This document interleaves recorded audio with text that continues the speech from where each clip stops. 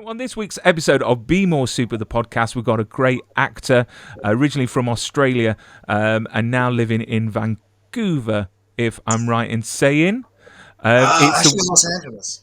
Los Angeles, sorry, Los Angeles, No, same it's okay. time zone, but it's a wonderful Lee Shorten. Lee, welcome to the show, sir. How are you today? I'm great, thanks, Brian. Thank you for having me. It's stoked to be here. So. Oh, it's a pleasure.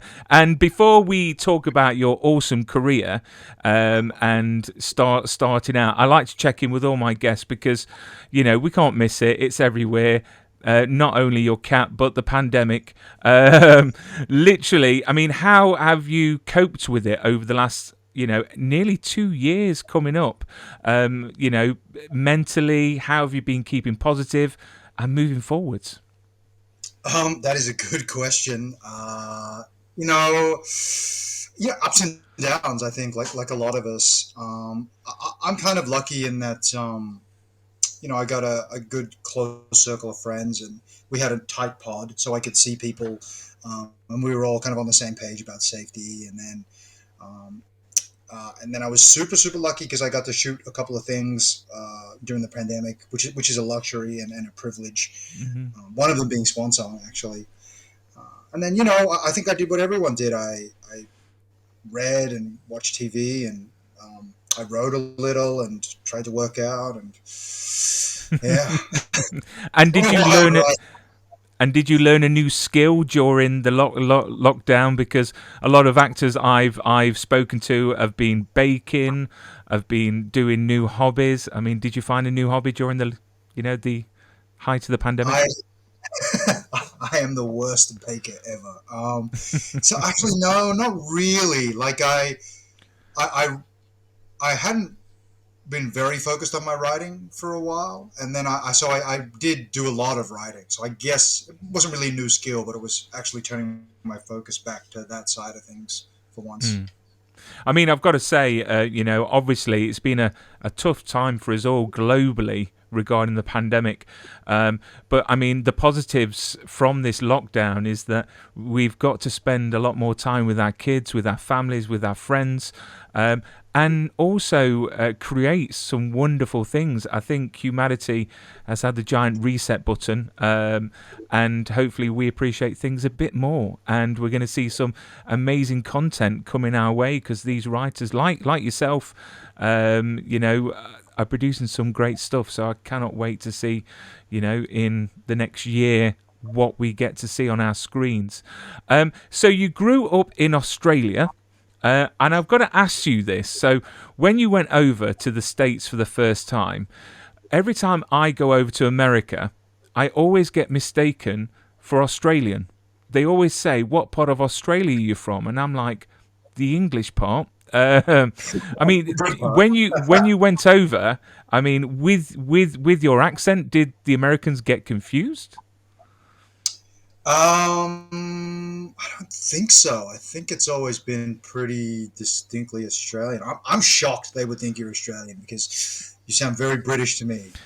Yeah, I was in Dallas and I was in a cafe. It was early morning and there was a TV crew and there was a woman that I think was a senator or a politician of some sort, and she overheard me speaking, and she came over and asked me, and I didn't want to embarrass her. I really didn't, but I think the Americans hear something that's not English, and I think take a wild guess.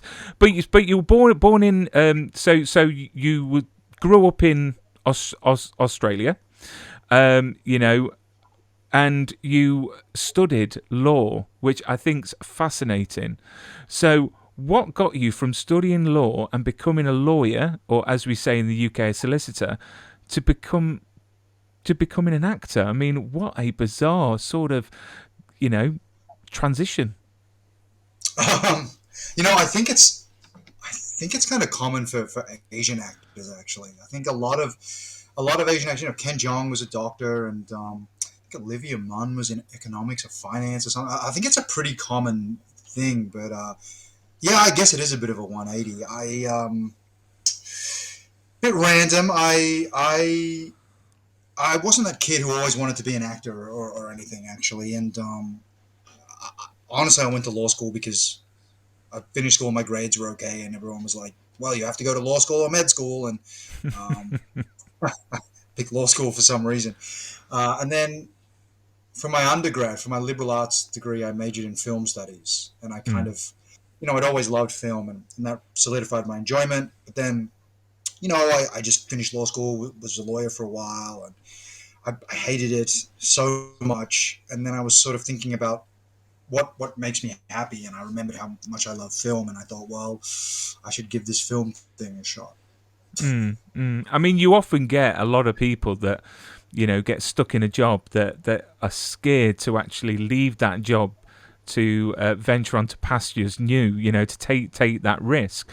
Obviously, that was a big risk for you to leave, I suppose, a quite a secure job to what many actors would call, an unsecure or insecure profession. I mean, what reservations did you have, and did you have any when you decided, what, I'm just going to go for it? It's funny. I kind of think the opposite. I thought it was very safe in a way. Not that like acting is safe, but I always think about people who pursue acting straight out of high school, and it's well, you don't. To me, that's bold because you're kind of committing all in. I mean, my sort of thinking was if I go and do this and it doesn't really work out, I'll always have a law degree and I'll have always have work experience. So someone surely will, I can come crawling back, to someone. So I actually thought it was a very kind of, safe move, Mm. interestingly. Mm. I mean, it's got to be so scary to actually, I mean, what did your family think? Because obviously, you've done all this studying to be a lawyer, then all of a sudden, you've decided to change your track. I mean, what was their thoughts on it? I mean, were they quite supportive, I presume, or not? I No, don't know. and in fact, I didn't tell them because I knew they wouldn't be supportive. I Australians can get this thing called a working holiday. So you just get a 2-year open work visa to go to Canada, and a lot of Aussies do it, and they go and work in Whistler at the snow. They Mm. just snowboard and work the lifts. So I just told my family, I was like, look, I've been working really hard for the past few years. I'm going to take a 2-year working holiday, and I'm just going to go to Canada and just chill out and do whatever. And they're like, oh yeah, that makes sense. That's fine. So, but the plan was always to get into acting, and then I thought when/if I book something, I'll circle back and be like, oh, while I was over here, this happened to happen. Maybe I'm just going to stay here and give that a go. So you actually went over for that 2 years, and you never looked back. You literally just stayed there, I presume. Yeah, because I got extremely lucky, and I did book something in my first year. But I booked a couple of things, and then I kept kind of steadily working, and so I just kept going, and it was validating, and then the funny thing was I had just booked The Terror, which was just decent recurring guest star, and I was at home for Christmas when it happened. And I said to my family, "Hey, I just booked this 9-episode arc on this show," and they're like, "Great, great. Is this the last one? Are you going to come back and be a lawyer after this?" I think all parents are like that because I decided to go to university for performing arts. I wanted to be an actor as well, and my dad is proper working class background, ex-army, and he just couldn't understand why his son wanted to prance on stage and be in musicals, and it's quite funny how they think it's just a whim, like as if like it's not a proper job. But I personally think it's probably the most demanding, most, you get all the rejection, and you've got to have such a thick skin within that job. So you stayed over there. You went up to Canada. So when did you actually go to LA? Was it straight after, or did you stay in Canada for a while? No, I stayed in Canada for a while. Also, I'm sorry that your parents weren't supportive either. So I feel the pain. No, So. it's okay. It's okay. He saw me in Cabaret. I played Clifford Bradshaw. The American, because it's really weird, isn't it? In the film, the Clifford Bradshaw character is English, but the Sally Bowles is American. But in the production, it's the other way round. And he saw me in that, and actually, he really enjoyed it. So he's been supportive, but I don't act anymore. I've got a wife, kids, a full-time job. I did it. I've got the T-shirt. But yeah, yeah. I couldn't. The amount of auditions in London at Pineapple Studios, and the thing that I didn't like was when you went to auditions. Literally, you know, to get into the actual room to actually audition was a feat in itself, because you'd have the casting directors walking down the line picking people out. So they didn't even know if they could act or if they were any good, but they were just solely getting people for how they looked. And for me, I just thought, do you know what? That is just going to mess with my mental health, and I'm such a positive person, so I stopped that. But no. So you went to so you stayed in Canada for a while. So when you went to LA, to Tinseltown, to the place where the streets are paved with gold, as they say, what were your first impressions of LA? Um, Funny thing, well, I've been to LA as a tourist in 2009, and I remember. Have you been to LA? No, I've always wanted to, but I've been told it's not as you think it is. Yeah, because I think Mm, I had this idea from the movies and from watching too much Entourage on mm, HBO, and went to Hollywood, and I was like, this place is kind of it's kind of a dump, right? So, um, but then moving here actually for work was a bit of a different thing because mm, I have again, I was fortunate enough. I'd met a lot of LA actors and writers over the years. So when I moved, I had kind of friends here already. And, it's different when you move to a city and you have friends who actually show you what the city is about, as opposed mm, to coming here as a tourist and you got your Lonely Planet or whatever, and mm, you're like top 10 things, and they're always these touristy, gaudy things. And so I, I will say, though, I think if I had moved to LA in my 20s, I think it would have been because it definitely does have that kind of superficial side, and people who are mm. just like out to use and abuse you, and I think maybe if I'd have moved in my 20s, it would have been a very different experience. Mm, mm. I mean, obviously you're in LA now. Do you think it's really helped your career being in LA? Because I know a lot of actors live in Vancouver, which is another central where they actually make majority of the programs. I mean, do you think living in LA has helped you? Progress. uh yes and no. It's been so you might know already, but maybe your listeners don't, and so apologies. But so it's like, even though something might shoot in Vancouver and a lot of stuff does, they tend to cast most of the lead, reg, and big guest star roles out of LA, and then the Mm-hmm. local actors and the rest. So to some extent, there's a bit of a glass ceiling in Vancouver. So you almost have to come to LA to to be auditioning for the next level. But again, because it's totally different casting directors, it's a bit of a reset because you come here and you have some credits, but they still don't really know who you are. So you're competing against the actors they've known for like 5, 10 years. But at least you're kind of auditioning more regularly for the bigger, more juicy roles. Mm. I mean, I've interviewed quite a few Canadian actors that have said that the fact that American side of things, they get the first pick, and I think it's crazy that happens. Surely it should be the best person, no matter where they are. If they're in Canada, if they're in America, the UK, but I just think it's crazy, especially when they go up to Vancouver to film. I think it's a bit of a slap in the face for all them Vancouver actors. But obviously you are playing it smart. So when you were starting out, how tough was it? Auditions, getting roles, and what were the biggest obstacles that you had to face? Man, good questions. I mean, the biggest thing for me first was the accent. I had to learn an American accent, which is tricky. And then, you know, uh, being being Asian, certainly it's much better now. And even when I started, it was better than it was 10 years before that. But when I first started, it was still a very niche kind of Mm, thing.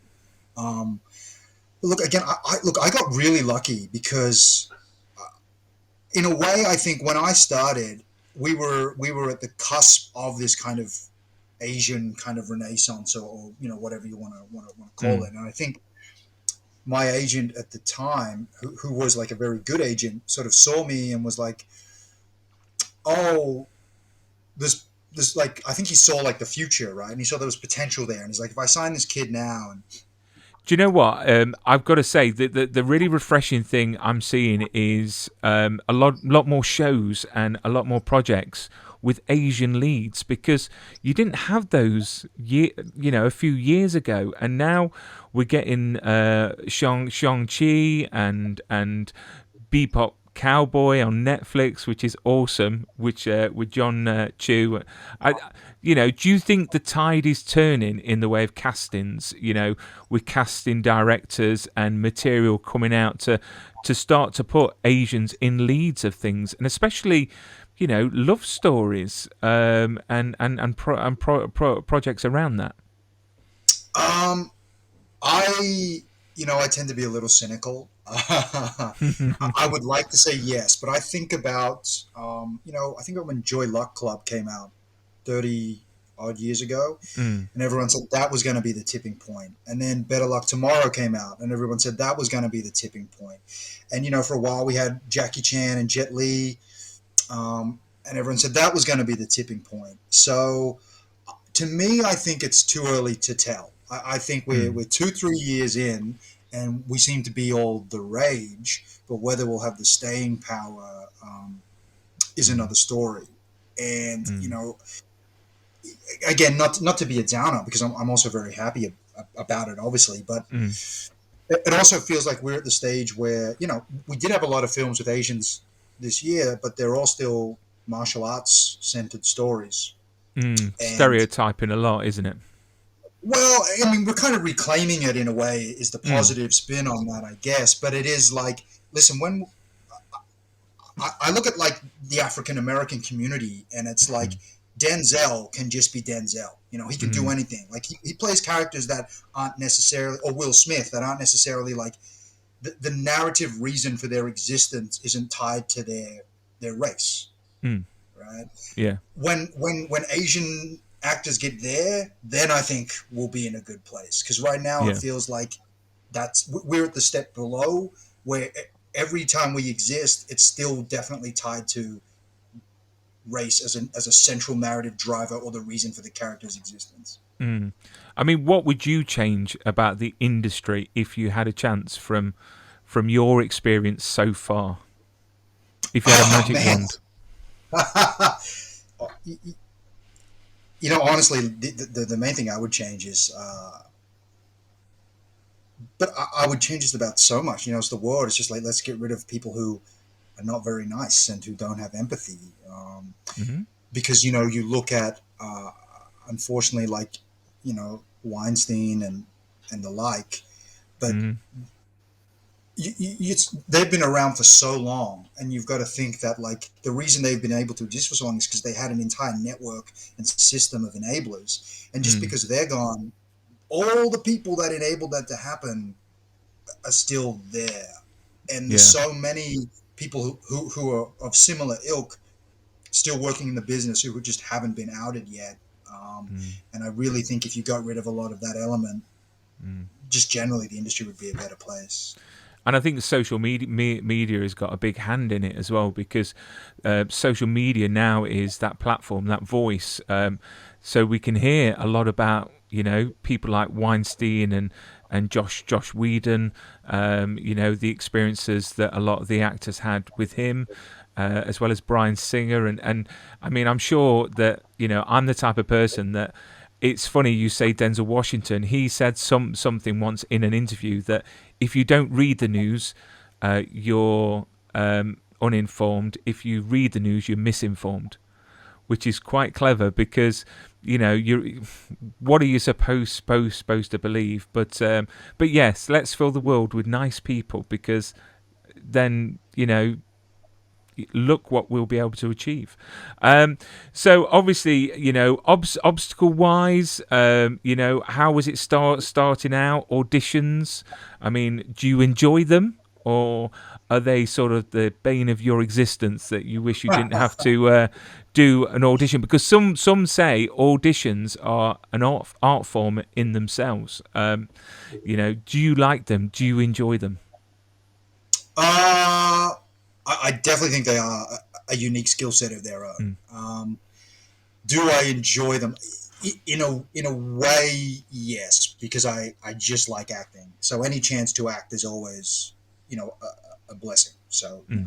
it's always, well, not always, but 9 times out of 10 it's exciting to get a set of sides and read them and break down a character and do the work and then present it. The only, having been here for a while, and you look at the odds.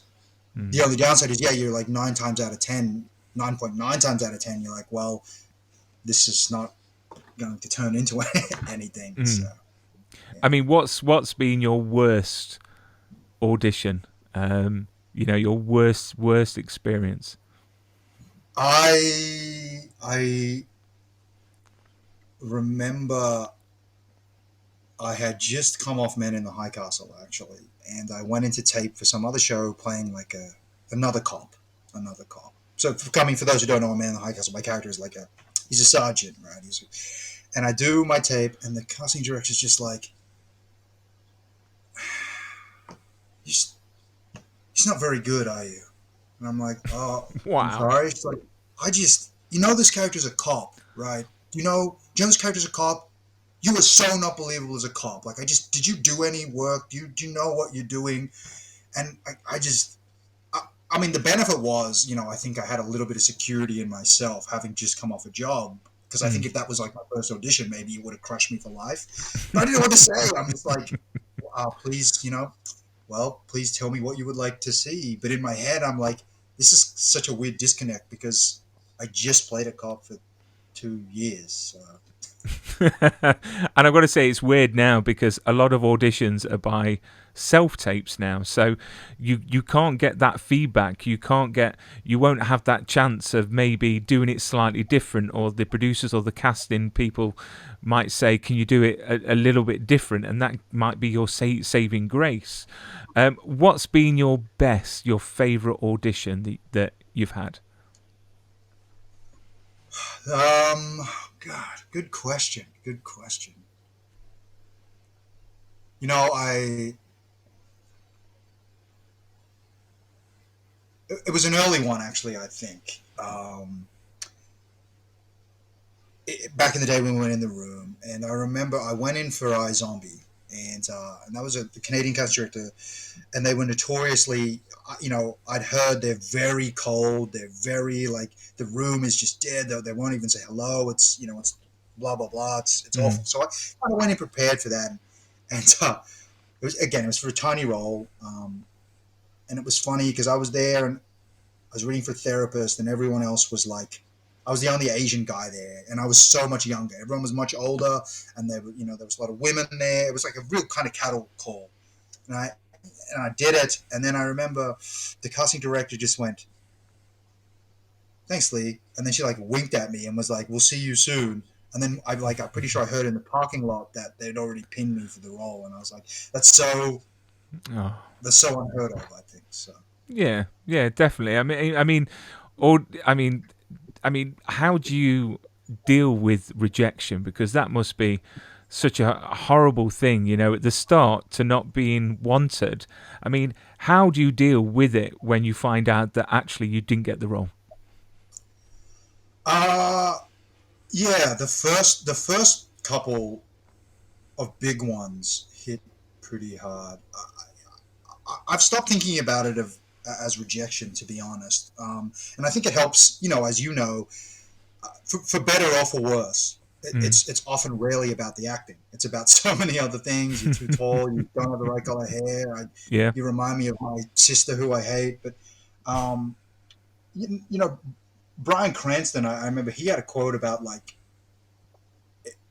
it's like what it was kind of, I don't remember exactly, but he was basically saying, if you find a wallet on the street that's not yours, it's just not yours. It doesn't matter if you found it's not Mm. yours, right? And it's so for parts, he was just like, you will get the parts that are yours, and Mm. everything that you don't get just wasn't yours. So you can't really lose it because it was never yours to begin Yeah. with. And so I guess I really stopped thinking about it in terms of rejection and more just, I put a tape out there, and if I'm right, I'm right, and if I'm not, I've kind of already moved on. And it only becomes tough now, I think, as you move up the level. So I put out a tape, don't even think about it. But if they Mm. want me to retape, now I start to think, oh, maybe I could get this. And then when you go into the chemistry read, you're like, oh, there's only three of us, so I really could get this. And then and that's when it becomes tough. And then Mm. But you've obviously got very good at it because your credits are awesome. So you're obviously doing something right, and those wallets that you're finding are obviously yours. So I mean, so at what point did you realise? Because obviously you left being a lawyer and you wanted to be an actor. At what point did you realise actually I'm actually really good at this? uh, you know, I took some classes when I first got there, and 3 months in, I actually was like, I should quit and go home because I have never been this bad at anything in my entire life. Like that I wanted to be good at, because Yeah. I'm terrible at so many things. I mean, we all are, but so when did I think that I was? I mean, I still don't think that. I even on Swan Song, I remember just thinking like, how can I act opposite Mahershala Ali? It's like Mahershala Ali, man. Like, am I really? Mm. Should I really be here? So I don't know if that feeling ever goes away. But do you think that's good having that little bit of self doubt because it keeps you grounded? It keeps you, sort of.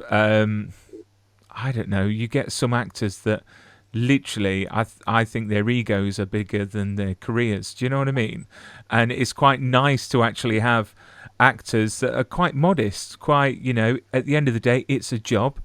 You know, you go, you film, you perform, you do your piece, and you leave, and you wait for the next one. So I think it's quite nice to be modest and have a bit of self doubt because I think that keeps you on your toes.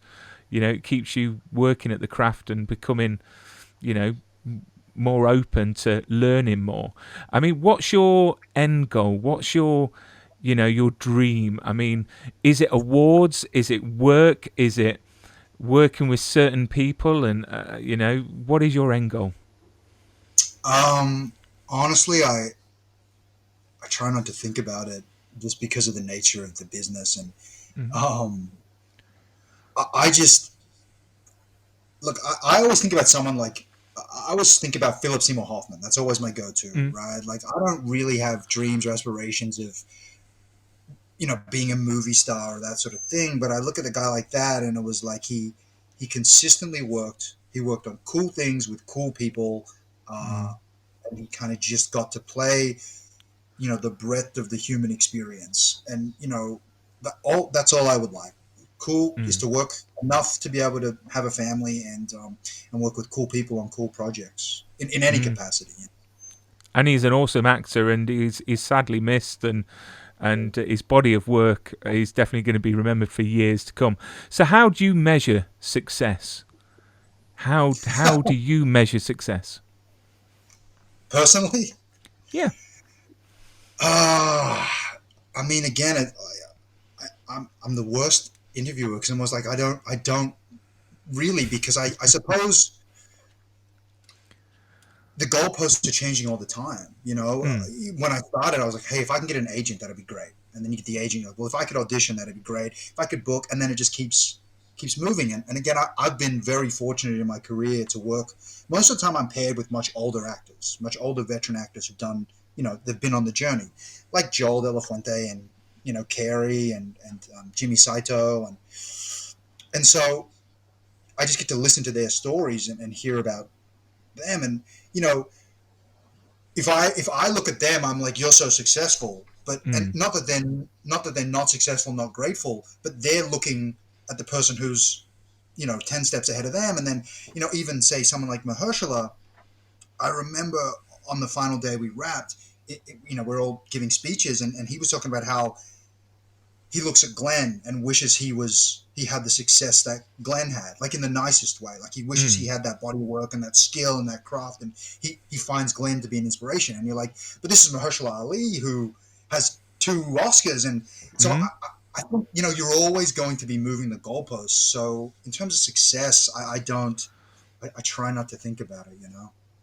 Yeah, it's fine. I mean, the thing is, people measure success on so many different ways. There was a book that was brought out by an actor called Sean Kanan that was in the Karate Kid movies, and he brought out a book called How to Measure Success, and it's filled with literally actors, entrepreneurs, and how they measure success is completely different. As you would imagine. So you would think it would be money, it would be possessions, but it was like being able to get up each morning, or having your health, or having your family.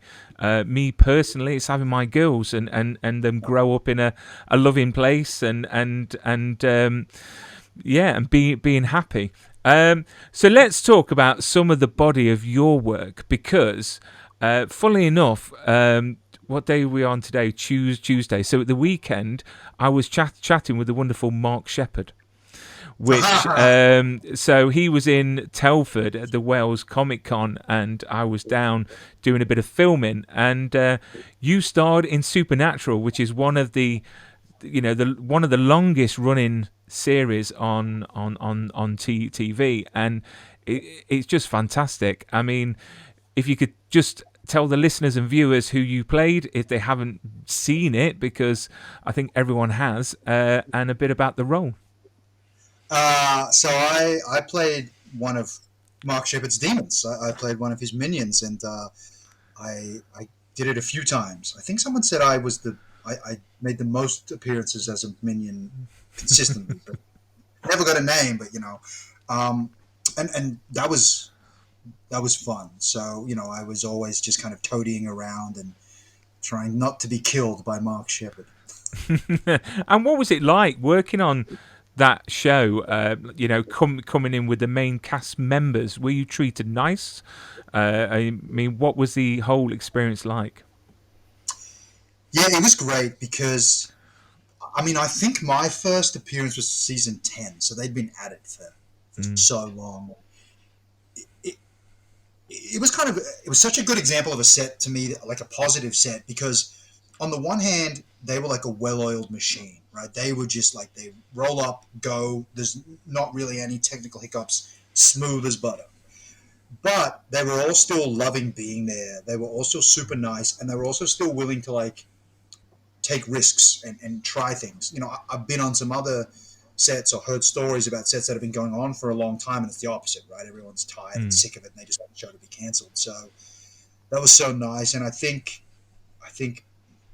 Mark and I always had a bit of interesting chemistry because there was maybe the subtext of him being British and me being Australian, and we just kind of got on, and he was very welcoming. So. Yeah, it's an awesome show. I think I've got a picture of you just there for everyone to see. Mark on the left, of course. You can't miss the back of his head. But it's awesome. Again, I mean, with you and your friends. I mean, are you quite competitive on the jobs that you book? Is it a case of you're quite supportive, or is there a secret sort of competitiveness between you guys? I Over the years, I think I've tightened the circle a lot. So in Mm. the early days, I did have friends, and there was this weird.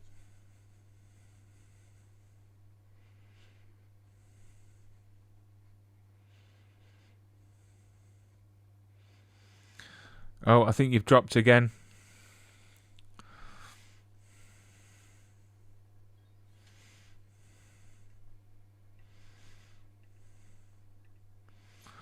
I'm so sorry, but I don't know what's It's happening okay. because my That's, connection's not even dropping. My internet is. yeah. I've got it in the I mean, corner. So mean, I'm doing a. Why am I just doing it? Let me just speed test here because I should be getting good old internet. I've got like 240 megabytes per second download speed. So, but then again, it's modern technology, isn't it? You can't. You know, it's not always going to be 100%. So I'm so sorry. No. It's okay. I'm going to ask that question again. So obviously, with your group of friends, you know, how competitive are you? And you know, are you secretly competitive, or are you supportive?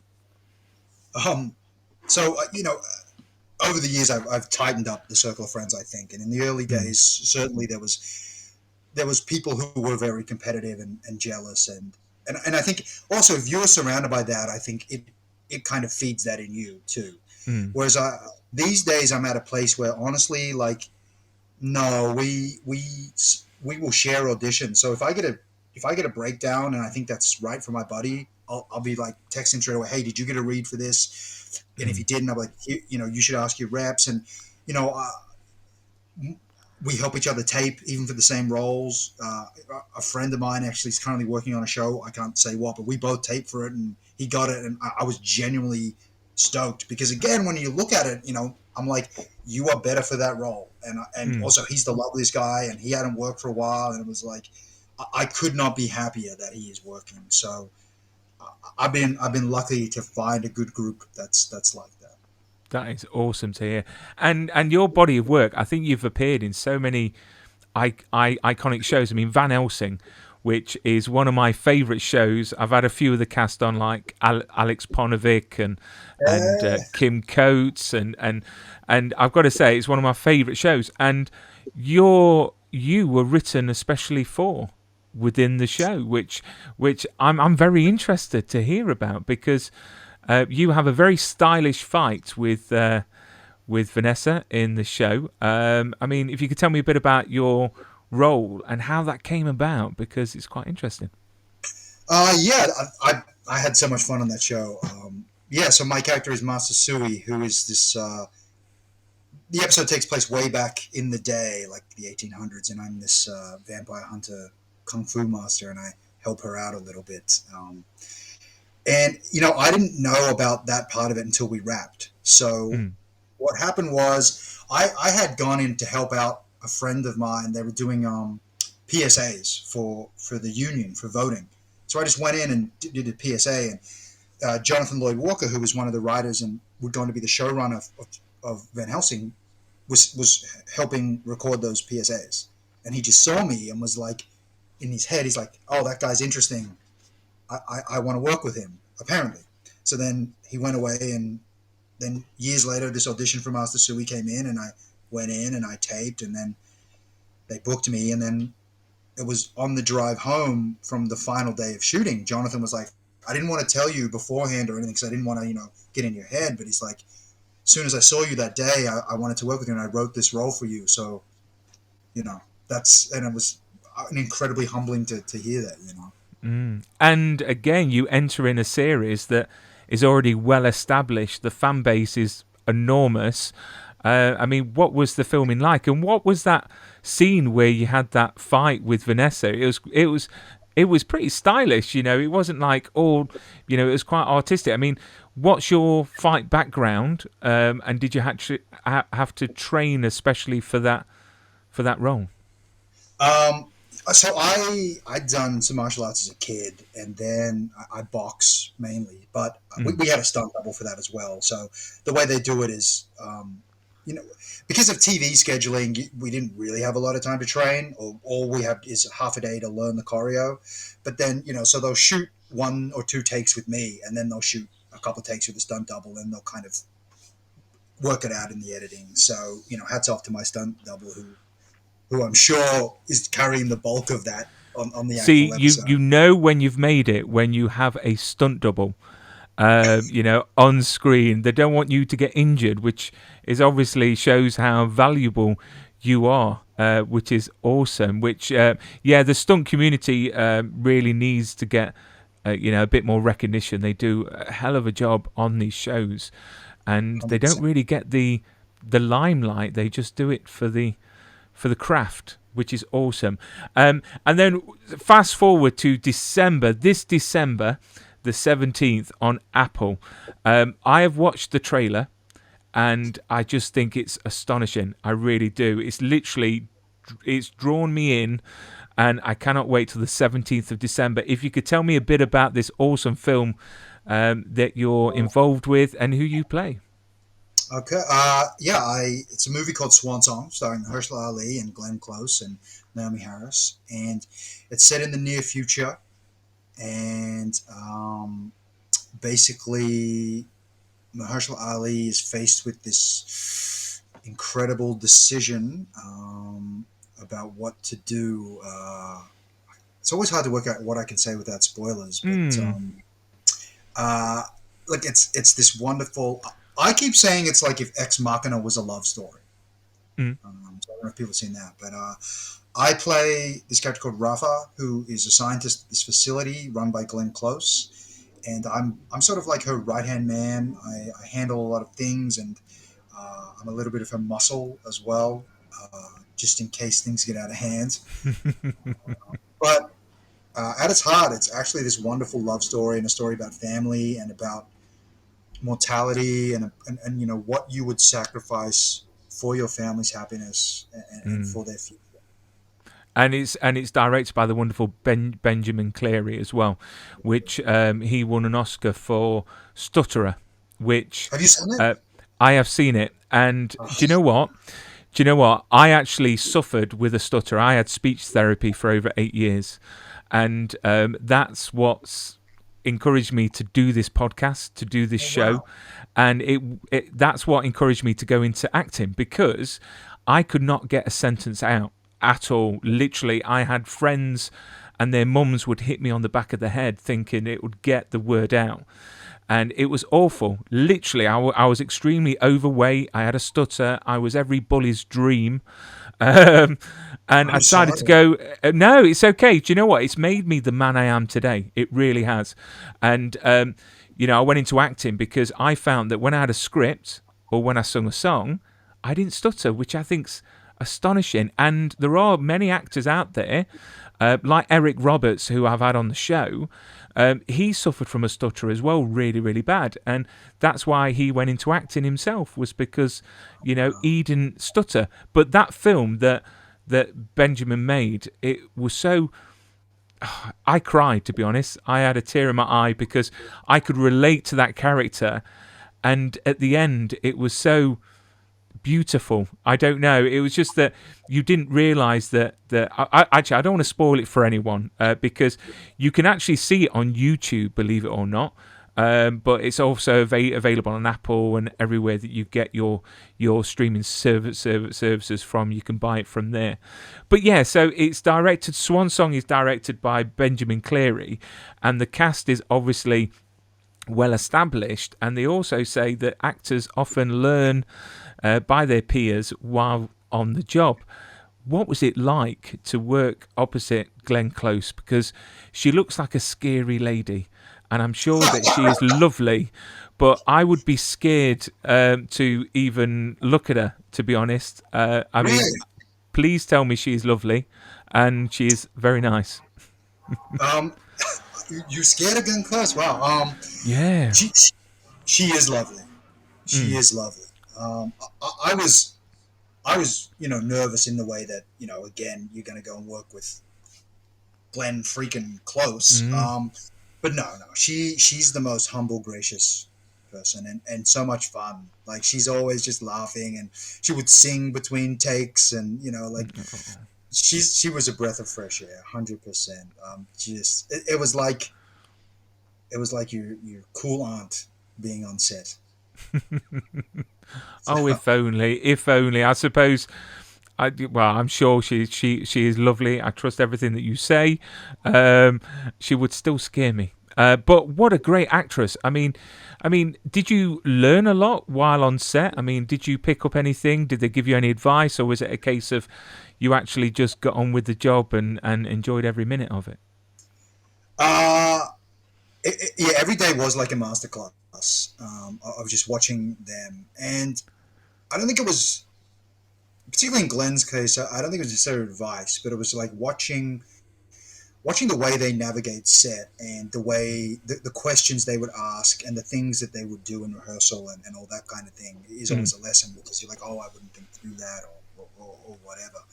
Um, but also, I think it, in some ways, the biggest eye opener for me was, again, I don't know about you, but I always have this sense that, like, oh, Glenn Close must be the most, she must just like drop in and just nail it and then just like peace out and everything's a cakewalk and she's phenomenal. Which is not to say that she's not, but like to see her like occasionally drop a line or to see her like question her own choices or to be like, did we get it? Was that right? I don't think I'm feeling it. Like just to see, right? She still has all the same things that we all do, and like it's comforting and terrifying to know that I guess that never goes away, no matter how good mm. you get, perhaps. And she's obviously human. She's a Yeah, person. Yeah, still working at the art. I mean, there's greats like Marlon Brando that read.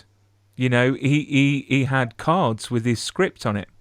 So when people thought he was this intense actor, actually what it was, he didn't have his glasses on. So he was looking at these cards. And this is a true story. This is on Superman the movie. Literally, he had all his cards written out. So it just shows they're human. And Mahershala Ali, I mean, what an actor. I mean, I can't wait for Blade when it comes out because he's going to be the next Blade, isn't he? Obviously, you filmed Swan Song under pandemic. Am I right in saying? I mean, what was yeah, the restriction procedures like? I mean, did you feel safe on set? I mean, were you masking up and having to get all your tests done, daily or yeah. every other day? I felt very safe because our production was, and luckily we were one of the few productions that had no cases through the whole shoot. Wow. But we would test. Everyone had to test. I think it was every 2 days. Basically, every 2 days or every 3 days, you would have to test. Mm. And everyone's masked. No one could have masks off except for the actors, and then only when we were rolling we let have masks off. And in fact, usually everyone was double masked, like a mask and a face shield. Um, even for the actors, like for the first month, we had because usually in between shots, you just go back to the green room Mm. or whatever. We had separate green rooms, so we weren't even hanging out between takes for Oh. the first month because they were being that safe. Yeah. Um, so, But yeah, I mean, it's got to be strange, being used to hanging out, and now it's all these procedures. But I suppose it's great that people got back to work, that people are following procedures. So because people don't realise how much money. I mean, I know we had the incident with Tom Cruise on set on oh Mission yeah, Impossible, and in all fairness, when I saw that video, I was like, good for him, because what he was trying to say was, by following these procedures, people can pay their mortgages, they can feed their families, and so you've got to follow those and be part of the solution. So, talking about obviously your wonderful career so far, have you kept anything from any of the shows, any mementos, anything that you may have borrowed that the studios don't know about? Which I'm sure is fine. You're the curator of these wonderful pieces. Have you collected anything? I have.